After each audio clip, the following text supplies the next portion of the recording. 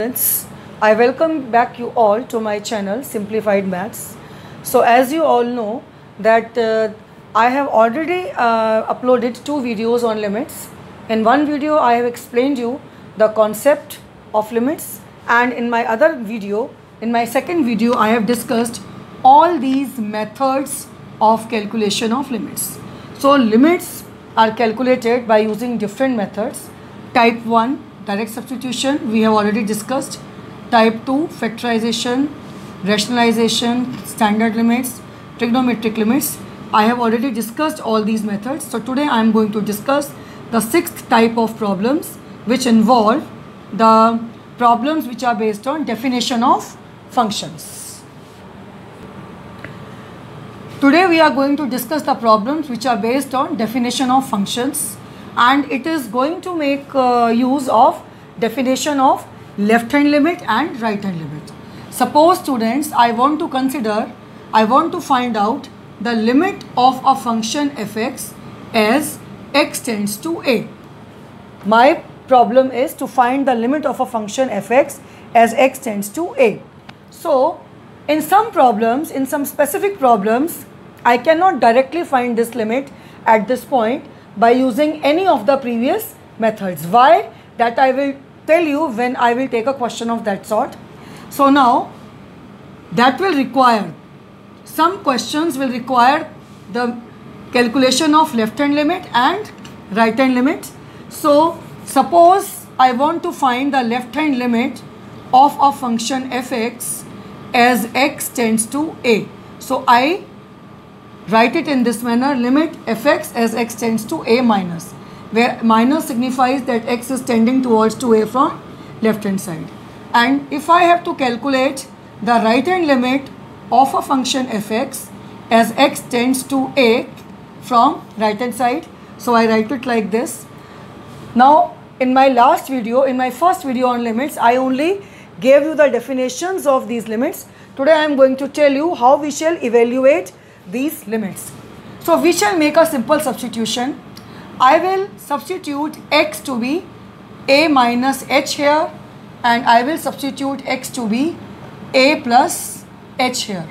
Now what is h? H is a very small positive number. H is a very small positive number. So now what happens is, suppose this is point A on x-axis. If you write x to be a minus h, so this a minus h is always a point in the left of a, and this a plus h will always be a point on the right of a.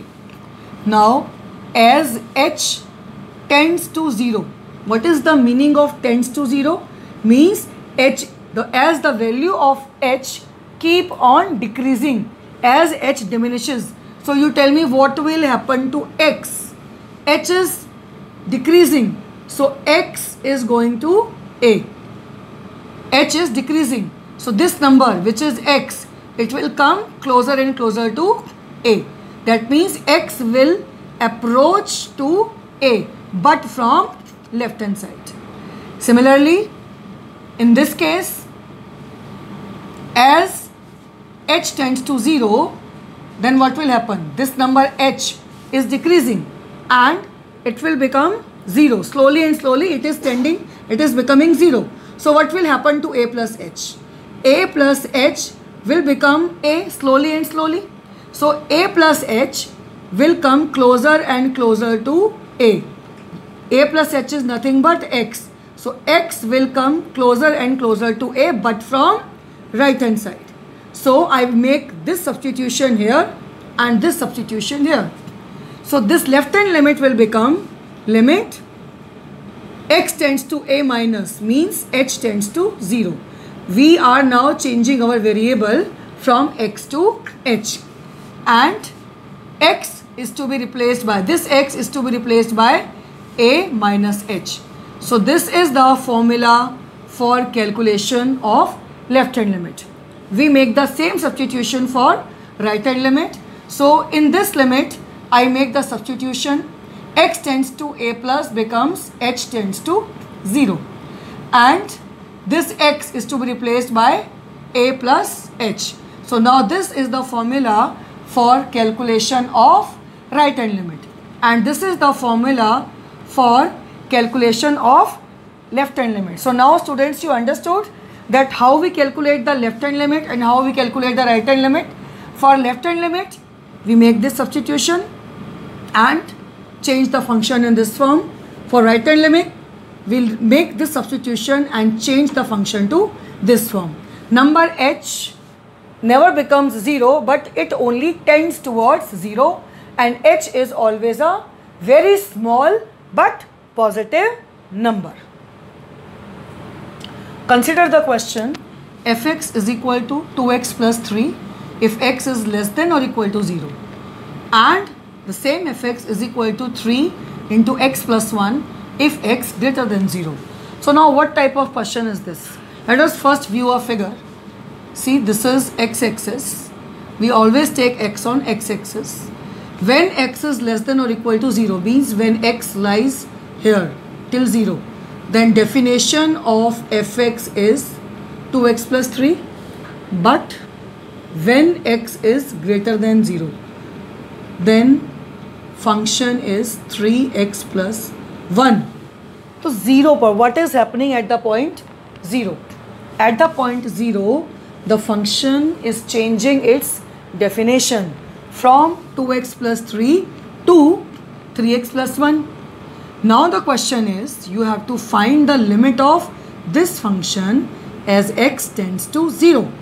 You are finding the limit of the function fx at that point 0, which is a dividing point.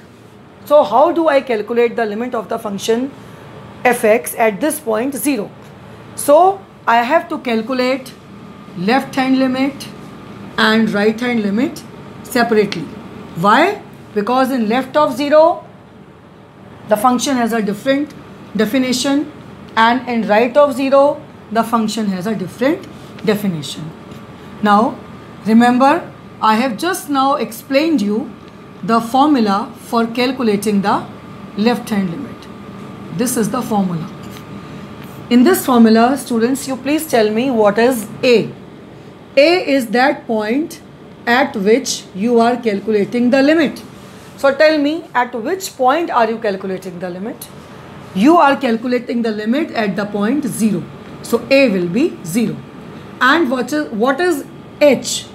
H is nothing but it is a very, very small positive number, and it's a variable. Its value is varying. It is diminishing. It is going towards 0. So it's a variable.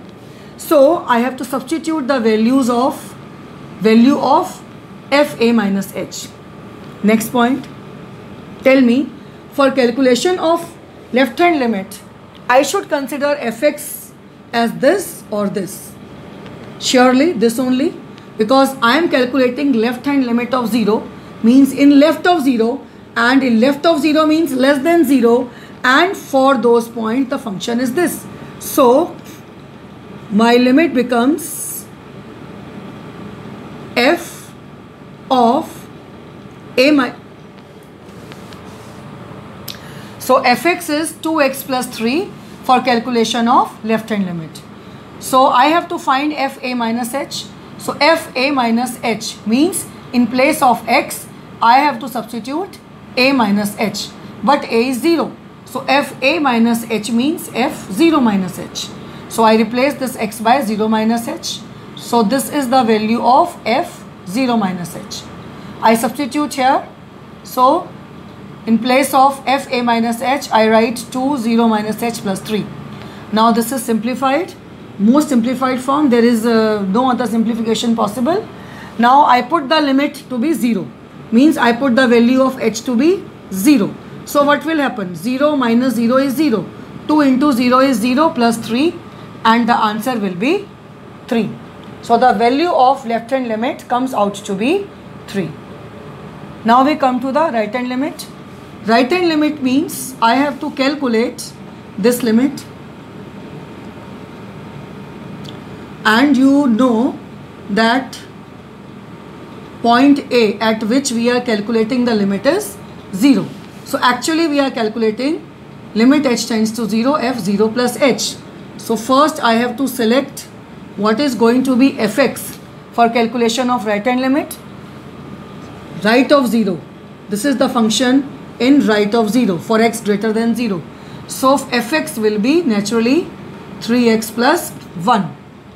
But I have to find the value of f a plus h. But a is 0. That means I have to find the value of f 0 plus h. How do I find? In place of x, I write 0 plus h. So this becomes 3 x replaced by 0 plus h plus 1. Now I calculate the left hand limit. So the left hand limit becomes 3 0 plus h plus 1, h tends to 0. This is already in simplified form and we put h to be 0. So we get again 3 only. So students, you can see that the value of left hand limit and the value of right hand limit, they are same. Now we have seen the value of left hand limit is 3, the value of right hand limit is also 3, and therefore the limit of the function fx at the point 0 is 3.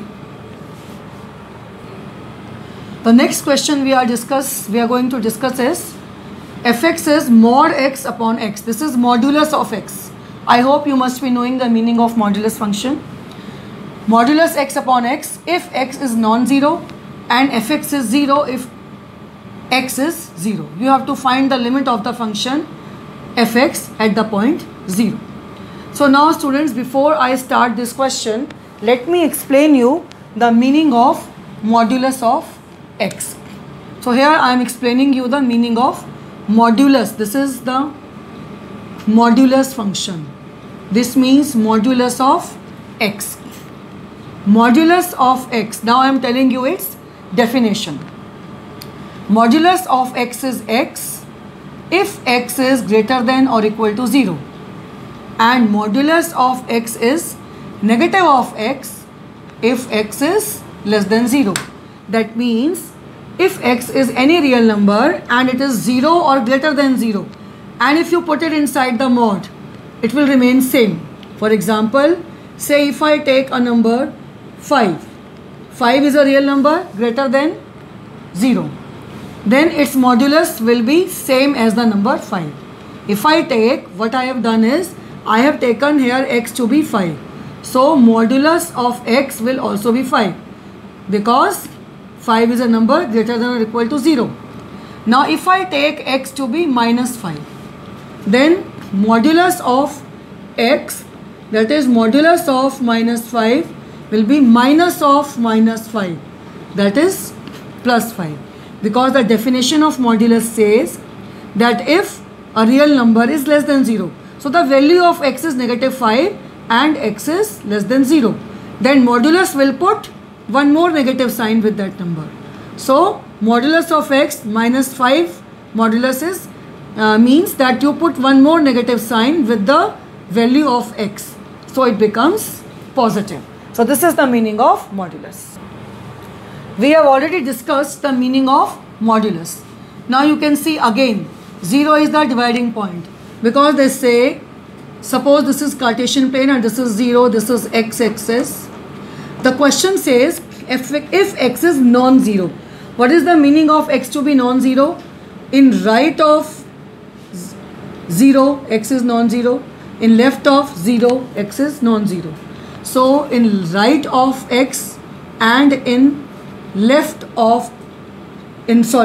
of 0 and in left of 0, the function is mod x by x, but at 0 the function is 0. So 0 is a point which is dividing the function into 3 parts. One is mod x by x for x less than 0, 0 for x equal to 0, and mod x by x for x more than 0. So again, the question is, I have to find the limit of this function at this point 0, which is the dividing point. So I have to find the left hand limit and the right hand limit. So let us evaluate first the left hand limit, and now you must be knowing this is the direct formula of finding the left hand limit, where a is the number at which I am finding the limit and h is a very, very small positive number. Now tell me, what is fx for left hand limit? Fx is nothing but mod x by x. So you have to find fa minus h, which is nothing but f0 minus h, which is nothing but mod of 0 minus h upon 0 minus h. So now I substitute this value of fa minus h in this limit. So this becomes limit h tends to 0 mod of 0 minus h upon 0 minus h, which is minus h, which is equal to limit of h tending to 0. Now you know h is positive, so minus h is negative. Minus h is a negative number. So if you remove the mod, minus h will become plus h. So if you cancel this h with this h, you get limit of h tends to 0 of minus 1, and the limit of the constant remains same. So we have seen that limit of fx as h tends to 0 from left hand side, that is left hand limits, value has come out to be minus 1. Now we have to calculate the right hand limit of the function fx at the point 0. Now you know the direct formula of right hand limit is limit h tending to 0 fa plus h. A is the point at which we are calculating the limit, and we are calculating the limit at the point 0. So a is 0. H is a very small positive number. Fx is mod x by x. You can see for left hand limit as well as for right hand limit, fx is mod x by x. So what is fa plus h? Fa plus h means f0 plus h. So in expression of fx, I will replace this x by 0 plus h. So this becomes, this f0 plus h becomes mod of 0 plus h divided by 0 plus h. Now we substitute everything in the limit.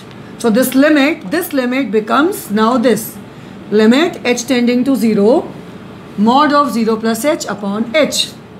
0 plus h is nothing but h. H is a positive number. If you put a modulus sign around a positive number, the number remains same. So even if this h comes out of the mod, it remains h. Denominator is also h. H cancels. You must be knowing that before applying this final limit, we have to solve the expression inside the limit completely. Otherwise, we shall be getting 0 by 0 form. So I cancel this h. So what do I get? I get 1. So now I am calculating limit h tends to 0 of 1, which comes out to be 1. So what have you observed? You have observed that the value of left hand limit was minus 1. So we have observed that value of left hand limit is minus 1 and the value of right hand limit is plus 1. So left hand limit is not equal to right hand limit, and this means the limit of the function fx as x tends to 0 does not exist. Now I am going to discuss some questions on exponential and logarithmic limits. You see students, in your supplementary NCERT exercise 13.2, you know there is a supplementary portion also in limits. This supplementary portion is given after your answers.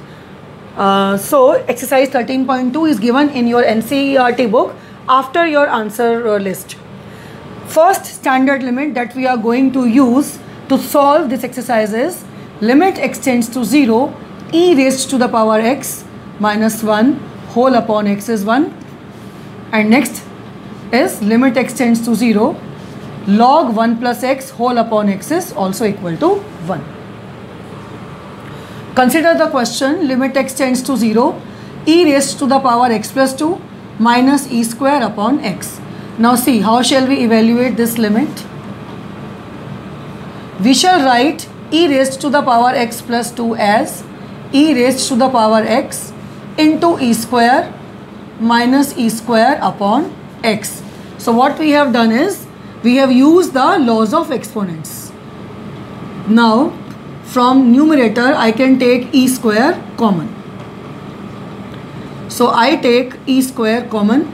So what is left with me? E raised to the power x minus 1. Now students, what is e square? E is an irrational number. It's a constant. So e square is also an irrational number and it is a constant. Constants can be taken out of the limits. So constants can be taken common from the limits.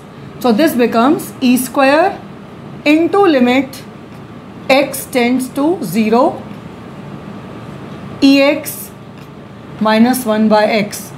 E square into this limit. What is this limit? This is the standard limit whose result is 1. So your answer is e square. Consider the question limit x tends to 5 ex minus e5 divided by x minus 5. Now you can see that this is not exactly in standard form. So we have to bring it nearer to the standard form. So what should I do? I make a substitution. I put the expression x minus 5 to be t, where t is a new variable that we are introducing. Now I have to change the limit also. You see, as x tends to 5, what will happen to t?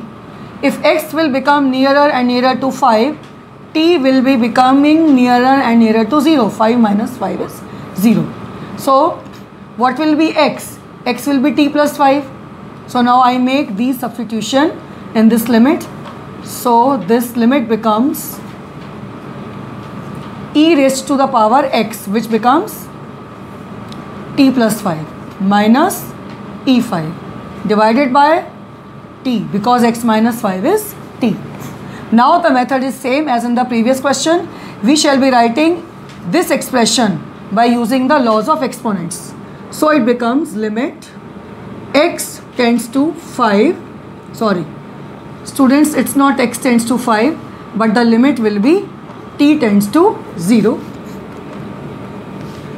e raised to the power t into e raised to the power 5 minus e5 upon t. Now again we take e5 common and it becomes limit t tending to 0 et minus 1 upon t. E5 is common and this is the standard limit whose value is 1. So the result is e raised to the power 5.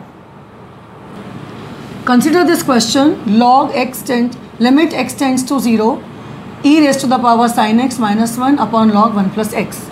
So now you can see that this is some calculations are to be done on this. So what we do is we divide and multiply by sin x. We divide and multiply the whole expression by sin x. So by this step what we see, this is becoming closer and closer to the standard form. But this is not in standard form. For that I again multiply and divide by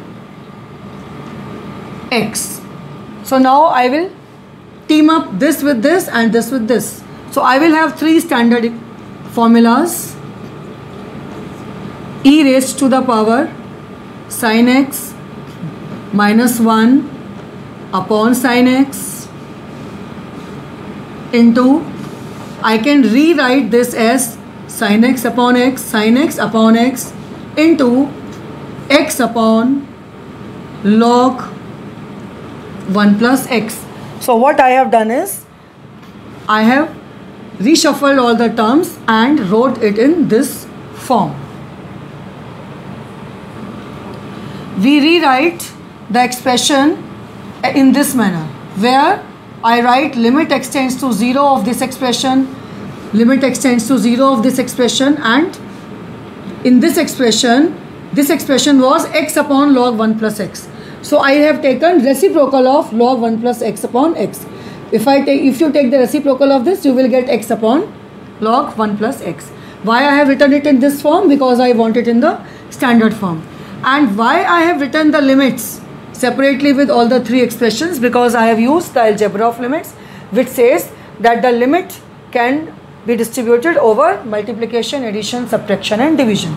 So now as x tends to 0, sin x will also tend to 0. For this I am talking. So this becomes 1.